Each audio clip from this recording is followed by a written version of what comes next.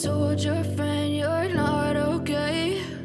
And tell me what's wrong and why you never said you felt that way. And guess you're trying to stay strong and fake a smile until I look away. But I've known you too long, it hurts to watch your blue eyes fade to gray as you fade away. Olá pessoal, então hoje vou contar a minha experiência no Portland Trail Blazers, né? Então será o segundo vídeo, mais longo, né? O primeiro eu contei minha experiência na Universidade de Houston, né? Que larguei tudo aqui em busca de um sonho, jogando na universidade para tentar chegar na NBA, graças a Deus deu certo. Teve um vídeo contando, né, do dia do meu draft, da experiência e com quem eu compartilhei primeiramente. E agora vou contar a minha experiência no Portland Trail Blazers.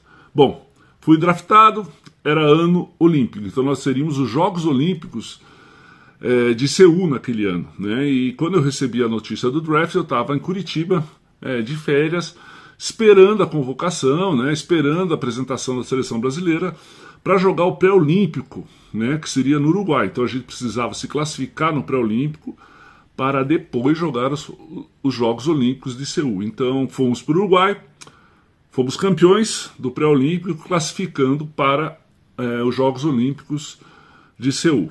Voltando, né, então minhas atenções, né, minha atenção estava estritamente para o Portland Trail Blazers, né? Então ia ter o Rookie Camp, né, o camp dos novatos, e eu fui para Portland para participar do Rookie Camp.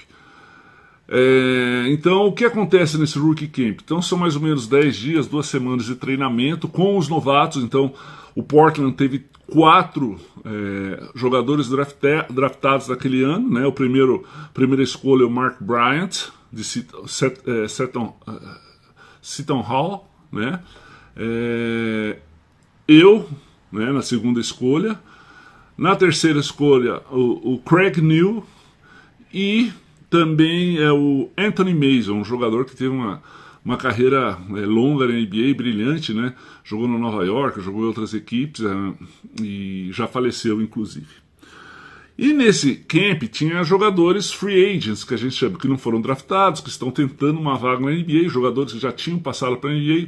Um grande exemplo é o Darvin Cook, que jogou na NBA, já tinha jogado, estava jogando atualmente na Itália, numa equipe, um grande jogador, um brilhante armador. Então, e vários jogadores, né, que tentavam, né, uma posição na NBA. Né? Inclusive, um dos jogadores que estava treinando lá virou meu amigo, né? Eu conheci e aí eu arrumei, né, conversando com ele. Ele veio jogar no Brasil, até em Franca, né, por meu intermédio. Bom, começou os treinamentos, eu era um prospecto, né?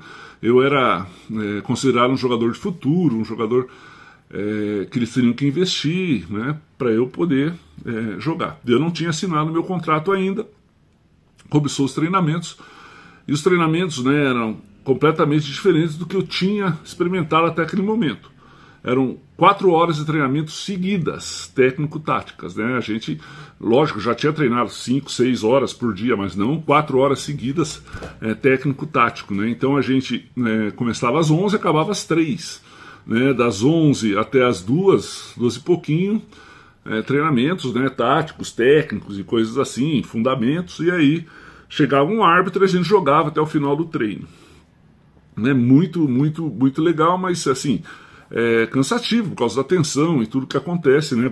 Todo mundo procurando lugar na equipe, então a competição é muito grande. E todo dia, né, iam jogadores do time profissional, né, que já jogavam no time do Portland, treinar com a gente. Então o Terry Porter foi um dia, né, o Kevin Duckworth, que era o pivô do Portland, foi, né, inclusive nesse dia, né, quando o Kevin Duckworth foi, eu treinei muito bem, marquei ele me marcou, fui muito bem, até saiu no jornal que eu não era mais um jogador de futuro, já era realidade, e isso assim, né, motiva muito, né, a gente fiquei muito motivado, muito envaidecido com isso, né, e é lógico que a gente treina melhor, né. Um fator curioso aí, né, nesses 10 dias aí, eu tava com um furúnculo no joelho, né, então vazava muito Eu tomava, sempre chutava o meu furúnculo, e foi bem difícil, mas assim, nada que atrapalhasse muito minha performance, né? E no final desses dias de treinamento, o que acontece? Existe um jogo, né, entre os rookies no ginásio do Portland, né, e o ginásio lotado. Por quê? Porque os fãs de Portland são fãs apaixonados pelo time, né? Então fazia mais de 500 jogos que o ginásio que estava sold out, né, na NBA. Então o povo vai, né? O povo de Portland vai aos jogos, gosta muito. E aí, esse jogo que acontecia, dividia todos os rookies em 2 times e jogavam no ginásio lotado, né? Então fomos para esse jogo, né? E só que assim, né? Antes do jogo, né? Meu agente entrou em contato comigo e falou: Rolando, o seguinte, a gente tô tendo um pouco de dificuldade de fechar seu contrato, né? Não querem ceder em nada, então quando vai ter o jogo, provavelmente eles vão chamar você para conversar. Depois do jogo, você fala que você tem uma proposta da Europa e está considerando em não jogar na NBA e jogar na Europa. Eu falei, pô, você tá louco, né? Pô, passei 2 anos lá em Houston, né, para chegar nesse momento da minha vida, e você quer que eu largue tudo e vá para Europa? Falou, não, é só uma estratégia, vai e fale. Eu falei, cara, eles vão me mandar embora. Fale, eles não vão te mandar embora. Eu falei, tá bom, vou falar. Então teve esse jogo, ginásio lotado, e assim, eu joguei super bem, fui cestinha do jogo, reboteiro, fiz 26 pontos, acho que 12 ou 13 rebotes, fui muito bem no jogo mesmo. E aí, acabou o jogo, no vestiário do Portland, eles vão chamando 1 a 1 para conversar, e me chamaram e falaram, nossa, Rolando, você tem um futuro brilhante na NBA, e encheram minha bola, né, porque eu tinha jogado muito bem. E eu falei assim, pô, mas não sei, acho que eu tenho uma proposta da Europa, acho que eu vou jogar na Europa. Não vá, você tem um futuro brilhante, não sei o que vai. E aí, eu morrendo de medo, falando, então vá para a Europa, né? Mas só que o que aconteceu? Eles aceitaram, caíram na armadilha e meu contrato foi aceito, né? Foi assinado, né? Aceitaram as condições que o meu agente impunha. E aí, eu assinei, né?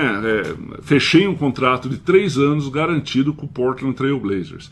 3 anos garantidos quer dizer que eles não podem me cortar, né? Se eles me cortarem, eles têm que pagar os 3 anos.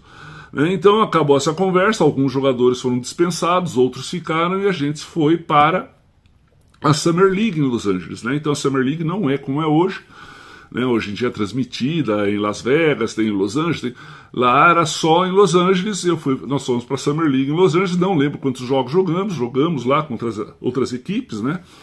E aí acabou a Summer League, voltei para o Brasil, me apresentei para a seleção brasileira que a gente ia jogar os Jogos Olímpicos de Seul, né? Muito motivado, né? Fiz uma Olimpíada muito boa.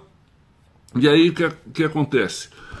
Acabou os Jogos Olímpicos, né? Para nós, se não me engano, no dia 1º de outubro já tinha acabado para a gente, em Seul, né? E eu voltei sozinho no domingo, dia 2 de outubro, voltei para o Brasil. Por quê? Porque dia 4, na terça-feira, né, eu voltei no domingo, cheguei segunda de manhã aqui no Brasil. No dia 4, terça-feira, eu ia me casar. E aí eu me casei, né, com a minha esposa atual, com quem eu tenho 2 filhos.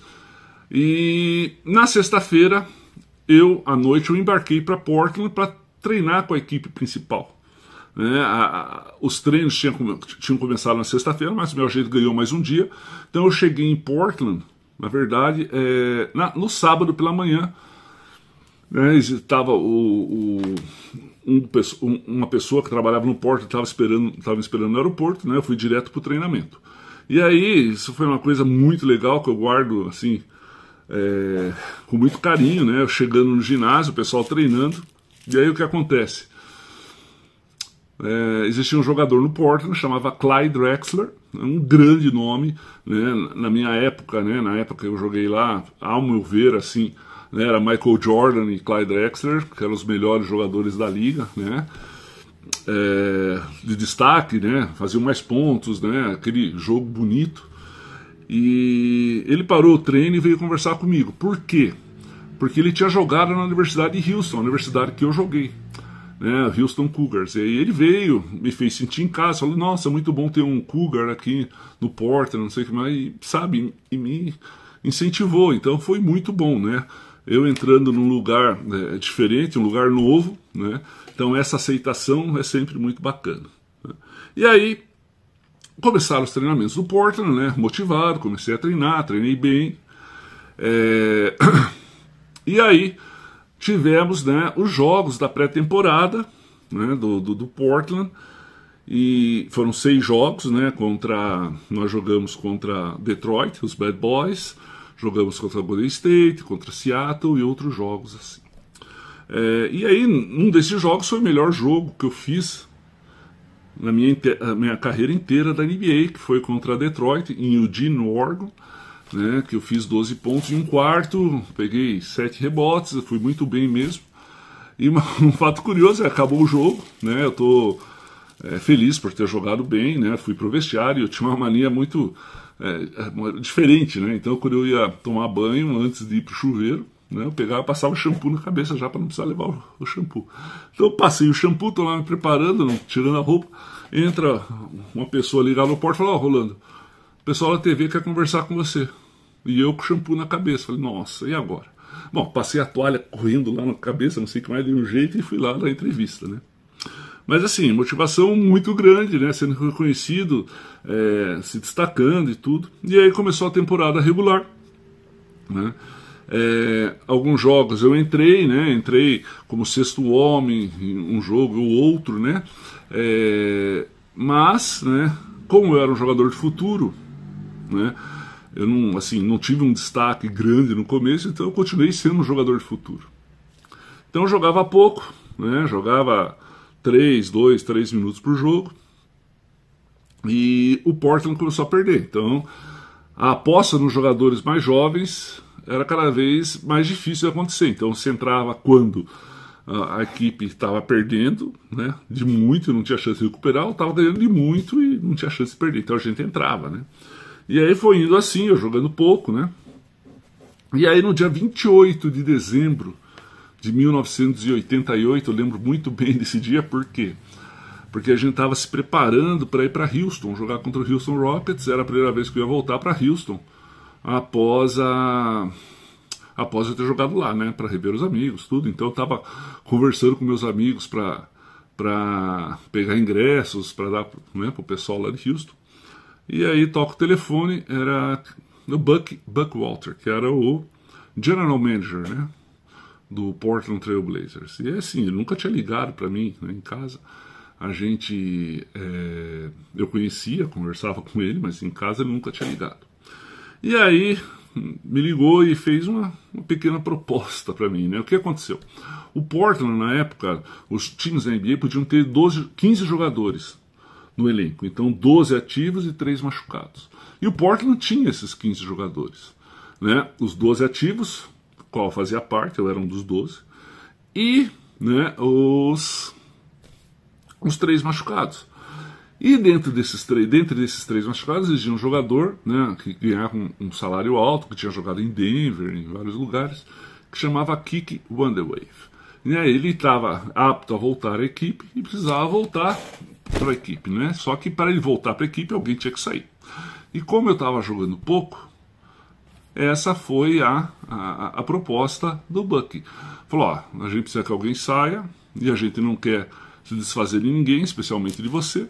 Então a gente quer propor que amanhã no treino você finja que está machucado para o Kiki voltar. A gente vai ficar um mês com ele, para ele botar ele em evidência novamente, para a gente trocar ele. A gente não tem interesse que ele fique no time. Falei, cara, não sei, liguei, posso pensar? Pode. Liguei para o meu agente, não, é assim mesmo. Eles querem que você continue, fale isso, né, aceite. Eu falei, tá bom, né? E aí no outro dia, no treino, eu até lembro do ginásio, né? Era um treino do Jewish Community Center, né? A gente treinava lá e todo mundo esperando, né? Ligado ao esporte, ligado à NBA de Portland, os repórteres, o pessoal que cobria, todo mundo esperando quem ia ser o sorteado, né? E aí eu no meio do treino comecei a mancar, dor no joelho, e aí, né? Saí do time, né? Comecei a fazer tratamento no joelho, que eu não tinha nada. né, e eles, né, não cumpriram com o que foi falado, né? O Kiki não foi trocado e eu fiquei fazendo um tratamento no joelho de dezembro até o começo dos playoffs, né, sem poder treinar com o time. Eu treinava, fazia musculação, arremessava, fiquei muito mais forte, mas não jogava, né, não treinava com o time. Eu ia para o ginásio, nos jogos, ia de terno e gravata, sentava lá e ficava quietinho lá assistindo os jogos, né? E aí, assim, né, os meus amigos, né, do Portland Trail Blazers, né, os amigos do time, tiravam sarro, falavam assim, nossa, eu tenho o melhor emprego do mundo, com sotaque, né, de latino. Eu tenho o melhor emprego do mundo, não faço nada, ganho uma puta grana. E isso era muito ruim para mim, eu me sentia muito mal com isso, né? Então, essa situação foi, né, durante 4 meses, mais ou menos. E aí começaram os playoffs, o Portland, né, classificou em 8º. E eu voltei, no primeiro jogo dos playoffs, voltei a treinar com o time, mas eu não trocava com o time, né? Então, eu continuava indo de terno, mas pelo menos eu treinava com a equipe. E aí perdemos de 3-0, né, pro Lakers, né, que foi a primeira rodada, na época eram 5 jogos de playoffs. Então a gente perdeu e a temporada do Portland acabou.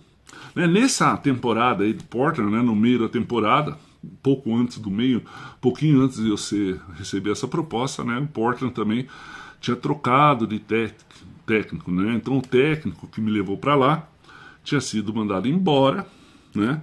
E o técnico, assistente técnico, assumiu, né? O Rick Adelman assumiu a equipe. Aí, né, acabou a temporada, primeira temporada.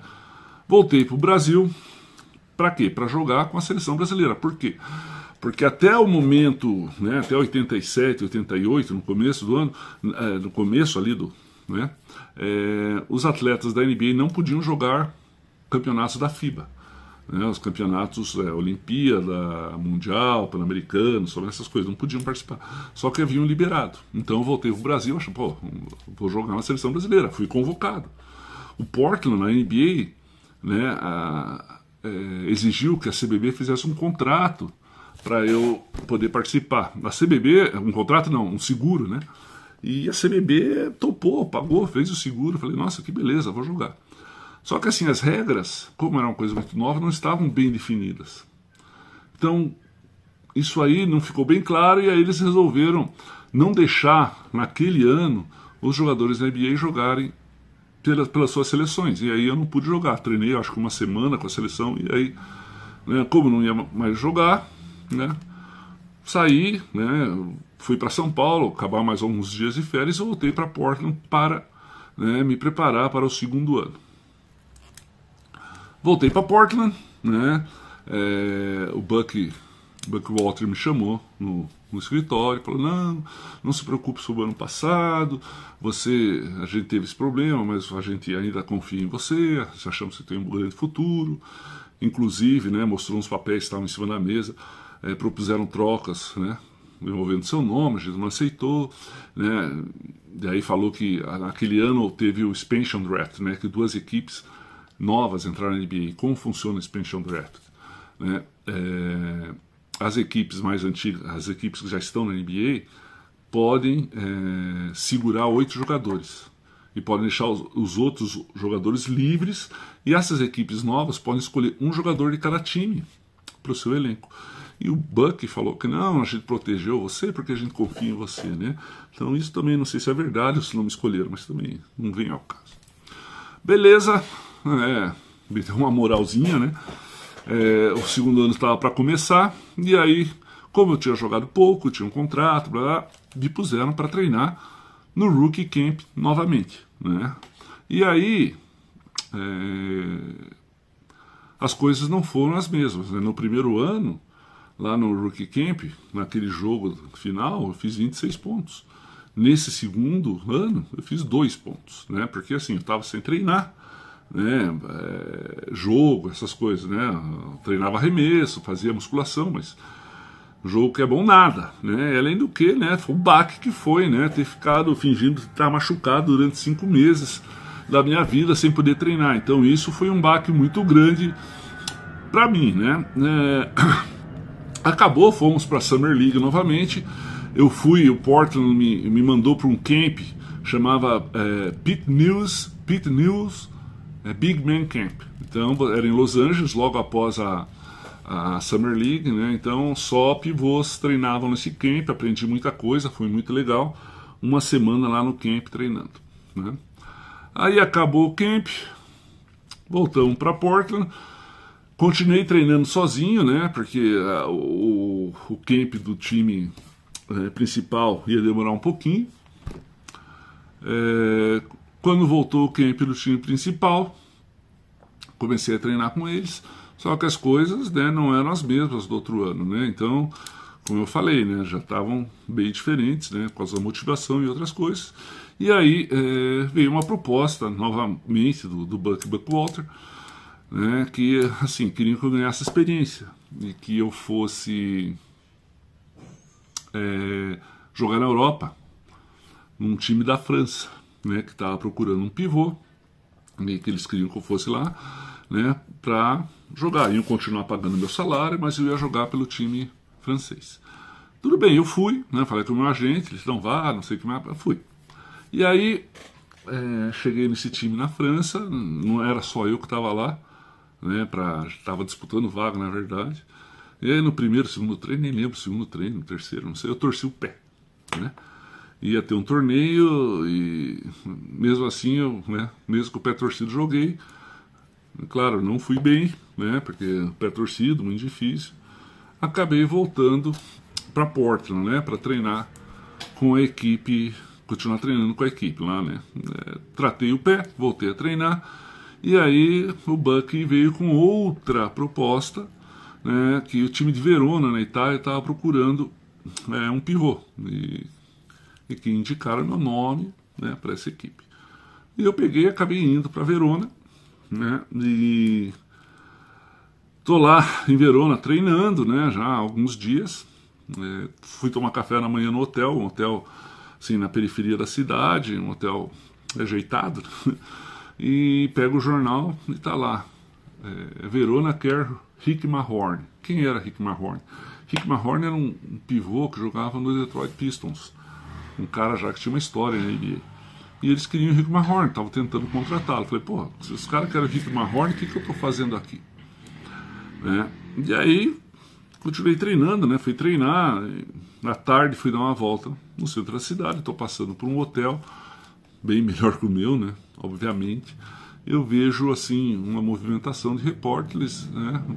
Olho para dentro, quem está lá? Rick Mahorn. Falei, pô, não é possível, né? O que eu estou fazendo aqui? E aí voltei, os caras me ofereceram, né? O time da Europa, de Verona, me ofereceu um contrato de jogo a jogo. O que é um contrato de jogo a jogo? Você joga um jogo, se eles não estiverem satisfeitos com você, eles te mandam embora antes do próximo jogo. Então, né, eu ia ser pago o jogo. Falei, daí eu não aceitei o contrato e resolvi voltar para Portland. E aí estava meio cansado dessas coisas de ir, voltar. Falei pro meu agente, ó, então, ou eles ficam comigo no time, ou me mandam embora, eu não vou mais fazer essas coisas. E aí, o que aconteceu?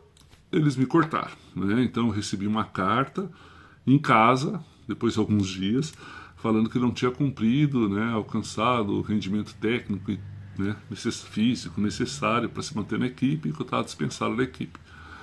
E isso é muito triste, né, receber uma carta dessas. E aí meu agente falou, não, tudo bem, então, beleza, foi cortado, não tem problema.